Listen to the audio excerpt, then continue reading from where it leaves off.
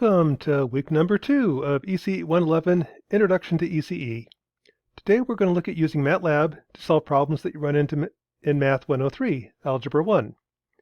Now, to give an idea where algebra lies in the ECE curriculum, these are the courses you need to graduate in terms of prereqs for computer engineers. Algebra 1 is kind of fundamental. It's the prereq for pretty much all these courses to the right. After you complete Algebra 1, you can take Trig, Calc 1, Calc 2, Calc 3. The whole goal in advising is to get to Circuits 1 as soon as you can. As soon as you take Circuits 1, it opens up the whole ECE curriculum. Prior to that, you need algebra. What algebra looks at is basically how to solve one equation for one unknown. The objective for this lecture is using scripts in MATLAB. That's something we looked at last week. How to use functions in MATLAB. A function is a subroutine. It's like the command plot. I can call it from the command window. You can't execute a function. You have to call it. Plotting in MATLAB. Again, we looked at that last week, but with plotting in MATLAB, I can solve one equation, one unknown. I can solve two equations and two unknowns. And finally, we're going to look at an algorithm called function equals zero. Function equals zero is a very common problem in electrical and computer engineering. Once you can solve it, what I can do is take any other problems that I run into. If I can change it into a function equals zero type problem, then I can solve it. So you're going to use function equals zero over and over again, and we'll look at a couple different techniques to solve that using MATLAB. In this lecture, we're going to look at the rules of algebra, stuff you're going to cover when you take Math 103, valid ways to manipulate a mathematical equation. We'll look at plotting mathematical relationships in MATLAB. We'll look at solving mathematical equations using graphical techniques and solving using numerical techniques. So starting out, Algebra 1 focuses on solving one equation and one unknown. For example, take the thermistor. A thermistor is a temperature-sensitive resistor.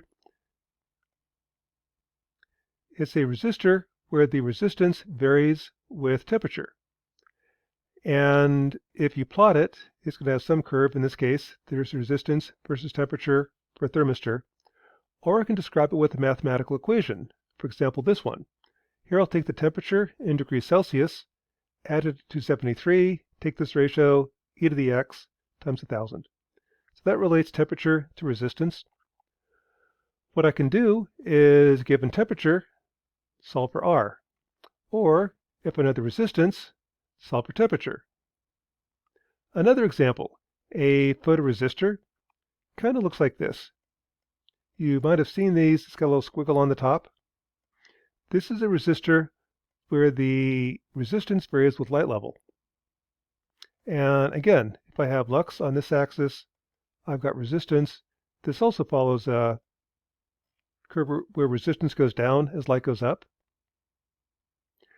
Or I have a mathematical relationship, defining the relationship between the two.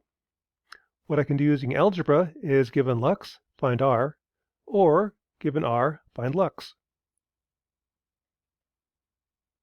Now there's a couple ways to solve. One is a graphical solution. What I can do is, given this equation, input temperature between 0 and 40 degrees Celsius, steps at 0.01.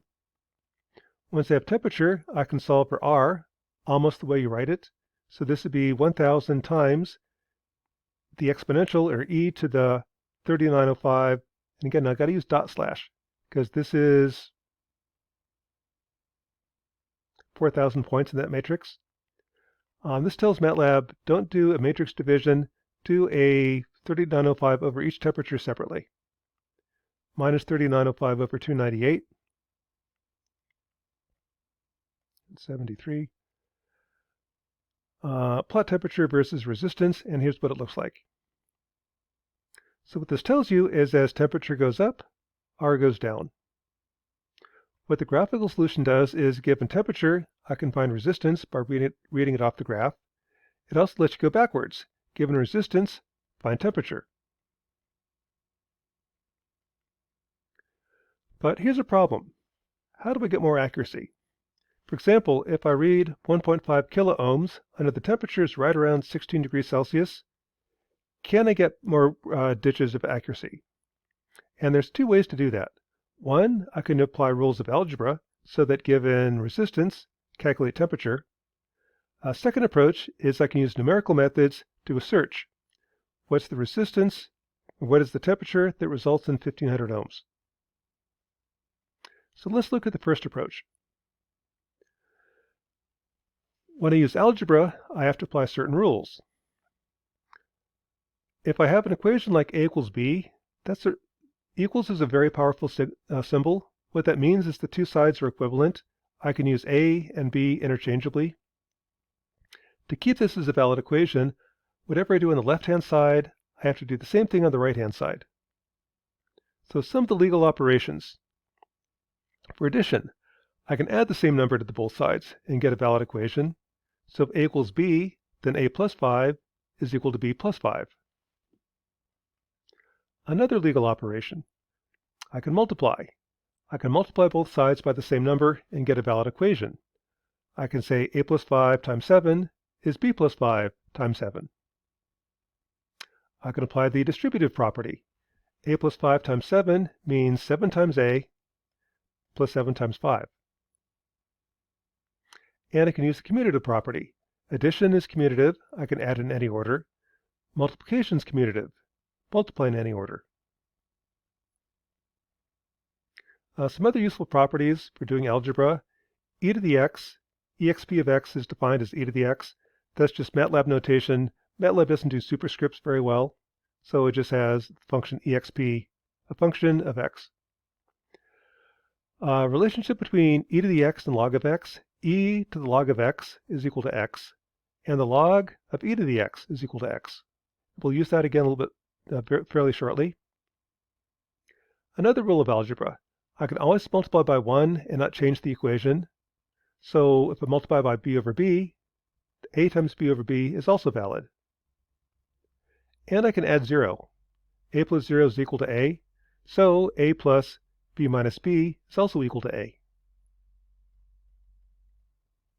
Some things that you can't do, I cannot multiply by 0. That's a no-no. For example, 5 times 0 is equal to 3 times 0. That is true, but that doesn't mean that 5 is equal to 3. And I also can't divide by 0. Dividing by 0 is similar to multiplying by 0.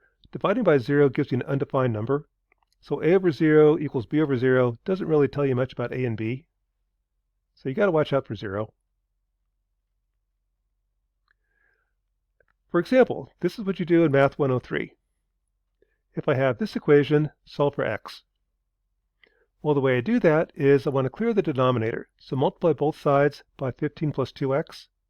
That way these terms cancel, and I get 4 times x plus 6 minus 7 times 2x plus 3 is equal to 25 times 15 plus 2x.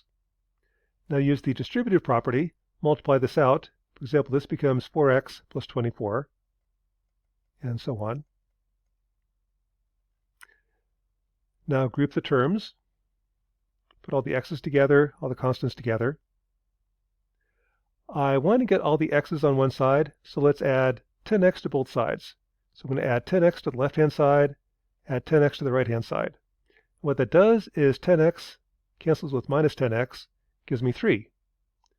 50 plus 10 is 60, so that's a valid equation. Subtract 375 from both sides. Subtract from the left, subtract from the right. What happens is the constants cancel, and I get 60x is equal to minus 372. So now we can solve for x. Divide by 60. X is equal to minus 372 over 60.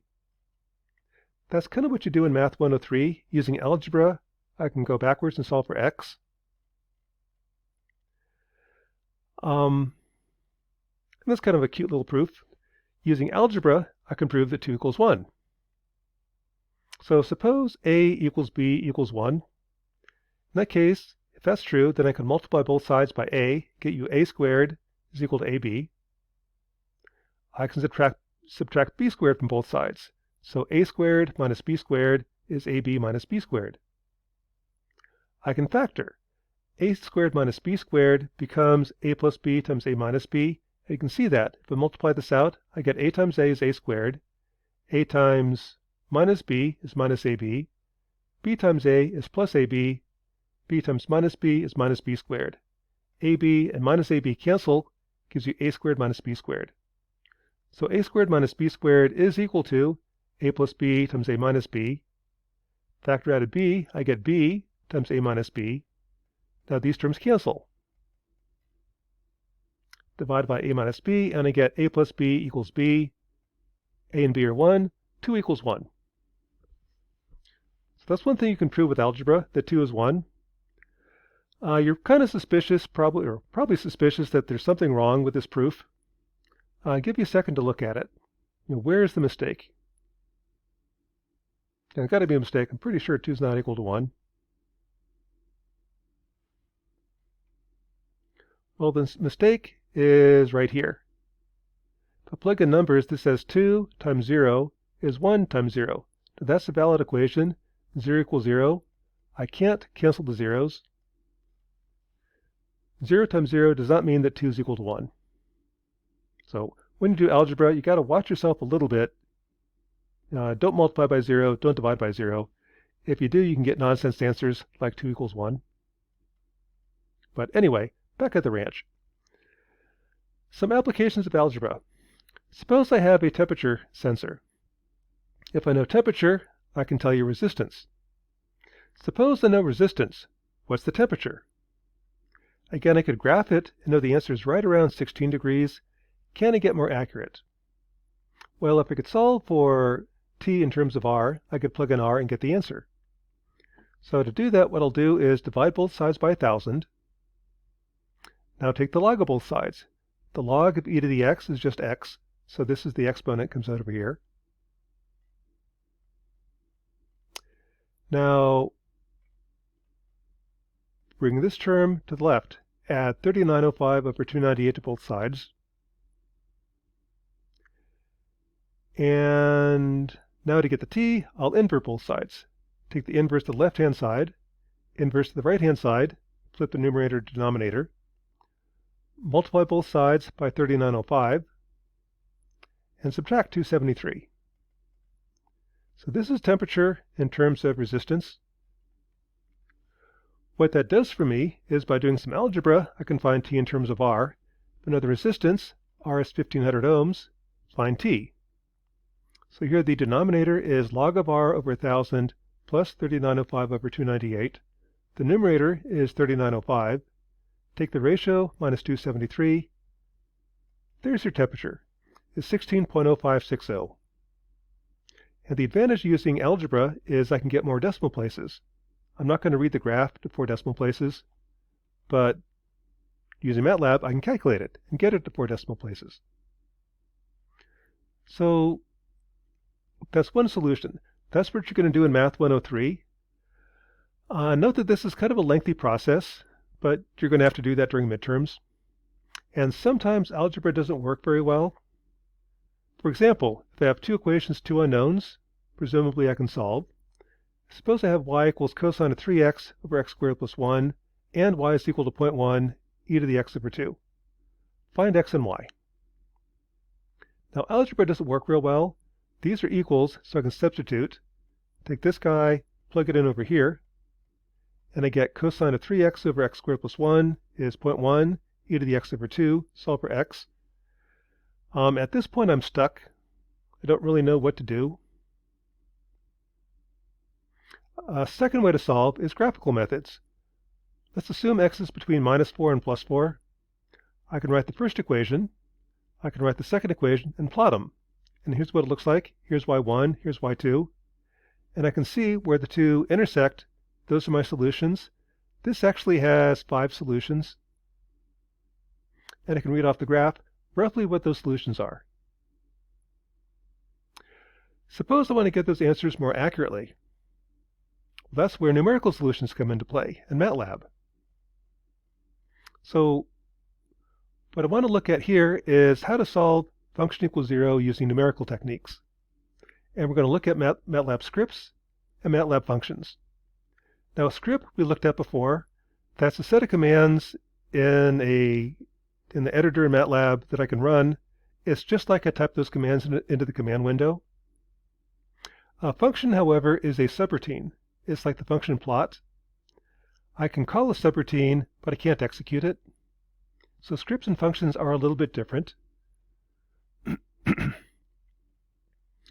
way a function works in MATLAB is I have to create it. For example, therm is not a function in MATLAB. If I type in therm of 15, I get an error message. What MATLAB does is it says, do you have a variable called therm? If not, it says, is there an M file called therm? If so, execute it. If not, MATLAB's confused. It doesn't know what to do, so it gives you an error message. Let's create a function called therm, where I pass it the temperature, and it tells me the resistance. And I want it to follow this relationship. So what I do in MATLAB is let's go over here. Let's do File, New Function, or a new script, and I'll type in this guy. I've got the keyword function. That tells MATLAB this is not a script. This is a function. This is a subroutine. The name of the function is called therm. I'll pass it a variable t, and I'll return r. Inside, between the function and the end, is what I do with it. So here's the equation. R is equal to 1,000 times e to the 3905 over t plus 273 minus 3905 over 298. End of function. Once I have a function, I can't call it. So for example, if I try to run it, I get an error. It doesn't know what t is. It doesn't know what to do. So functions you can't call, or you can't execute, but I can call it. From the command window, I can say therm 5. At 5 degrees Celsius, R is 2567 ohms. I can say what is therm of 25,000 ohms. What is therm of 35? 653 ohms. So this is now a function that exists in MATLAB that I can call. And when you save it, do save and use the default name. The name of the file, this guy right here, should match the function name. Now suppose I want to find out what temperature gives you 1500 ohms. One way I can do that is just guess again, guess again. So I could say, is it 0 degrees Celsius? Nope. Is it 10 degrees Celsius? 2000, closer. Is it 20 degrees Celsius? 1250, too low. Is it 15 degrees Celsius? Keep on guessing over and over again, and eventually I'll get 1500 ohms. Can I do better than guessing? So the answer is yes. There are numerical techniques that let you iterate to find the answer. So basically what I'm trying to do is guess the answer to find when a function equals 0. When is r minus 1500 equal to 0? Now the first approach we're going to look at is called interval halving. What interval halving does is I take two guesses. One is high, one is low. Then take the midpoint. If the midpoint is also low, I'll replace the right endpoint and keep going.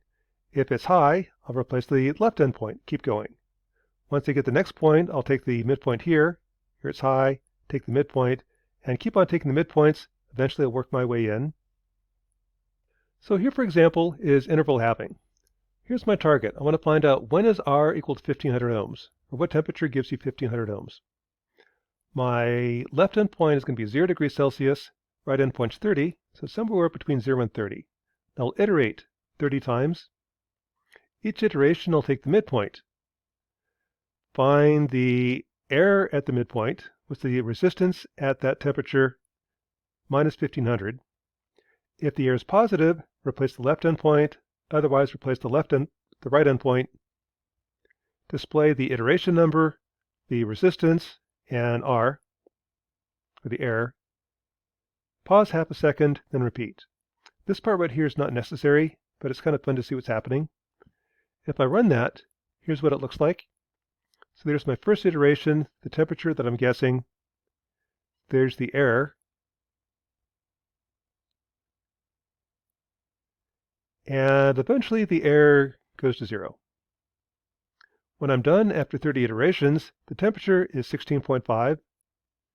So that was equal to x3. There's the temperature. I can check at 16.0560 degrees Celsius, I'm 1500 ohms. That's interval halving. What's nice about it is I can change this. When is it equal to 723 ohms? Again, run the same algorithm.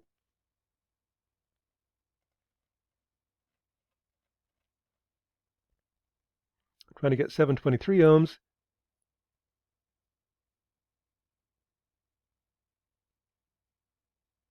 Again, I'm past the endpoint.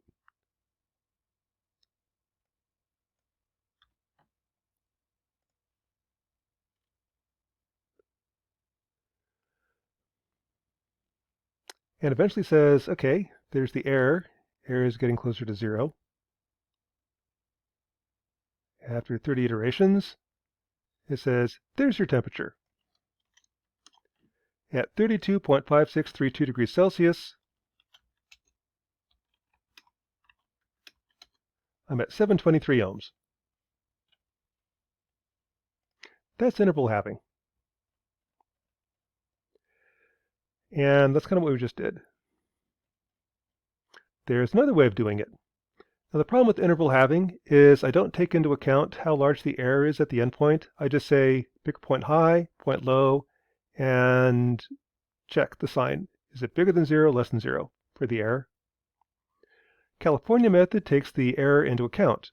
Here what I do with California method is I take two guesses, one high, one low, and interpolate. Given those two guesses, where's the 0 crossing? And I can find that by saying the 0 crossing is the slope, change in error over change in x. That's going to be my previous guess, like the left endpoint, plus 1 over the slope, change in x over change in error, times the error. And kind of one way to see that is the units here ought to be all x's. The errors cancel, and I get x's. That's one trick in engineering. Check the units when you do calculations. The units have got to work out. If I did the other way around, change in error over change in x, I've got e squared over x plus x. The units don't make any sense. Here, the error cancels, and I have x plus x gives you x. So that's kind of California method. It converges much faster, and I can see that. If I go over to MATLAB, let's see, here's California method. Again, I take my target resistance, pick a point that's low, pick a point that's high, my two endpoints. Somewhere between 0 and 30 Celsius, I'll have the correct temperature. My next guess, instead of being the midpoint, I interpolate. So pick either endpoint.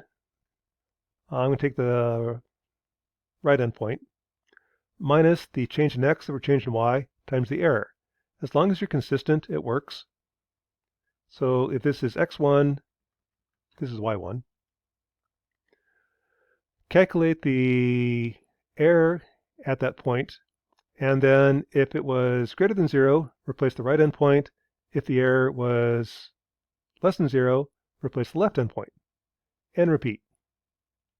So let's see that in action. If I run for 1500 ohms, here's the error.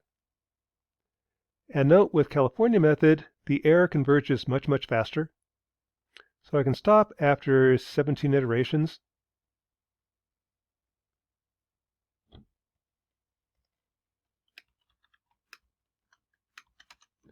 And when I'm done, I get the answer.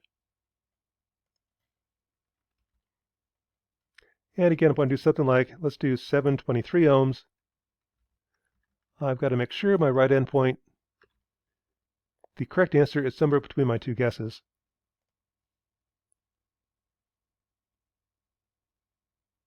So the third column is the error. It wasn't quite there yet.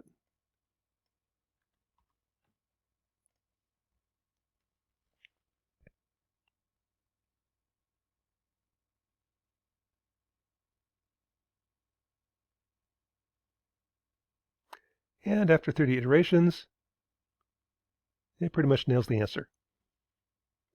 So here's the temperature. And that gives you 723 ohms. Close.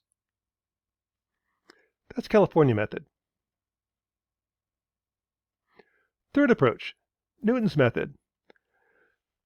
Now, if you ever watch the movie Hidden Numbers, they talk about Newton's method, saying that's really old and ancient. Well, it's okay, fairly old. It's Isaac Newton, but it's used really often. Pretty much any algorithm with the name Newton or Gauss tends to be a really good algorithm. To solve using Newton's method, what I do is just take one guess. That's the real advantage of Newton's method. I don't have to pick a point high, pick a point low, just pick a point.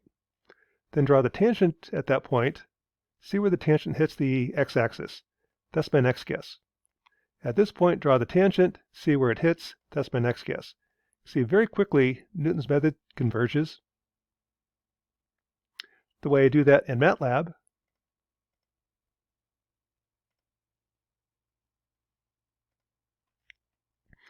is I pick a point, like 0 degrees Celsius. That's my first guess. I'll then perturb it slightly, and then interpolate. Find out where the zero crossing is based upon those 2 points. So same as before, and repeat. So for 1500 ohms, if I run that, here's what it looks like. So the right-hand column is the zero, the error. After 6 iterations, I basically nailed it. And here's the temperature. If I change this to 723.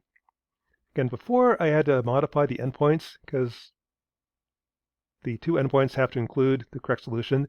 Here I don't have to do that. Starting at 0, keep iterating till the answer is 723. Third column is the error. And again, after about 7 iterations, it nailed it. So here's the temperature. 723. And do anything you want. Let's try 1, 2, 3, 4 ohms. 0.567.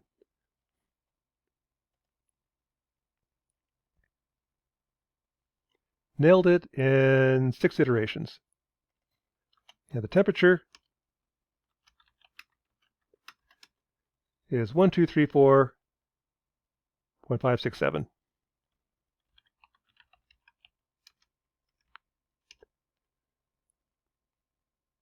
One, two, three, four, five, six, seven. That's Newton's method. Pretty much any time you have a method with the name of Gauss or Newton, it's a good method.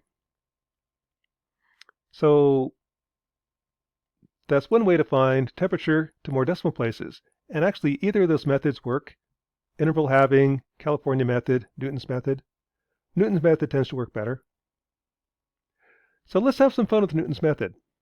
Suppose instead of finding the resistance, find the temperature given the resistance, I build a voltage divider. So here I've got 1,000 ohms. 1,000. Here's my temperature sensor. And here's the voltage. This is actually how a digital temperature sensor works. I can measure voltage. That's one of the few things you can actually measure. Voltage is related to temperature. And here's the relationship. Temperature affects R, R affects V. And if I plot the two, I get this curve. So what I want to know is, if I know the voltage, what's the temperature? And do that at 8 volts, 7 volts, and 6 volts. Well, from the graph, I can see at 8 volts, the temperature is right around -4. At 7 volts, the temperature is right around 6. And at 6 volts, it's right around 15.2. That's using graphical techniques. Let's find the answer using Newton's method to give me more decimal places. In that case, what I'm going to do is change my function. So here's my target voltage. I'm going to guess t. It'll calculate r, calculate v, and return the difference. Now use Newton's method to drive function equals 0, to find function equals 0. So for example, if I say my initial guess is 0 degrees Celsius, iterate 10 times. Again, I'll find the voltage at that temperature perturbed slightly, find the voltage at the perturbed temperature, and interpolate. Find the zero crossing, repeat 10 times. And what you see, if I make this guy up here, V0, equal to 8, here's where it converges. So starting from 0, I nail minus 3.5098 degrees Celsius. From the graph we said minus 4. This is more accurate. And there's the error. Change it to 7 volts. Starting at 0, it quickly converges to 6.9017. Change it to 6 volts. Starting from 0, quickly converges to 16.0560. That's Newton's method. Finally, suppose we have this problem. I've got 2 equations, 2 unknowns. Find all solutions. Well, one approach is to graph it. So here's my first function. Here's my second function. Plot the two on the same graph, x versus y1, x versus y2, and here's what I get. Turns out there are 5 solutions. Using Newton's method, I can find each one. With Newton's method, I have to give it an initial guess. If I give it an initial guess close to this answer, that's where it will probably converge. Give a guess next to this answer, it'll converge here, and so on. So it really helps to know the answer to find the answer. With Newton's method, it can fine-tune it and zoom in on the answer. So let's come up with a function called example 3. I'm going to pass it x and returns the error. Where the error is, given x, find y1, find 2, return the difference in the 2. Find x so that the error is 0. And let's do that using Newton's method. So here's what the script looks like. My first guess is minus 3.6. That's to find the left endpoint. Iterate 10 times, and when I do that, it converges to this solution. Change that to minus 2.4, and it converges to the next solution. Change this to minus 1.6, it converges to this solution. So with Newton's method, it tends to converge to the answer close to your initial guess. And with Newton's method, I can find the solutions to a whole bunch of decimal places. And notice it's converging really fast. The net result is using Newton's method. I can see that the answers are minus 3.7429, that's right here, minus 2.5476, minus 1.6249, plus 0.4912, and plus 0.4718. But again, Newton's method, it doesn't tell you how many answers. It just says, given my initial guess, it'll iterate to find a solution. Tends to find the solution close to your initial guess, which is where you kind of need to know the answer to find the answer. So that's kind of some of the things you'll be doing in algebra. Using MATLAB, I can do the same things in algebra, but using numerical techniques. The beauty of numerical techniques is it takes a lot less time. I don't have to go through all the algebra to find the answer. With numerical techniques, I can find answers even when I can't find them using algebra. So using MATLAB, I can solve function equals 0, or solve an equation using graphical techniques, or more accurately, using numerical techniques. And with numerical techniques, there's a whole bunch of approaches. There's interval halving, California method, Newton's method. Typically, Newton's method tends to work the best. And that's kind of true in general. Anytime you have a method with the name Newton or Gauss, that's usually a pretty good method. So that should be enough to get you through the homework. Again, if you get stuck on the homework sets, check on the old homework sets and solutions. They have problems from previous semesters along with the solutions. The solutions this semester are usually very similar approach, different problems, different answers, different numbers, but using the same techniques in MATLAB. And that's lecture number 2 for ECE 111.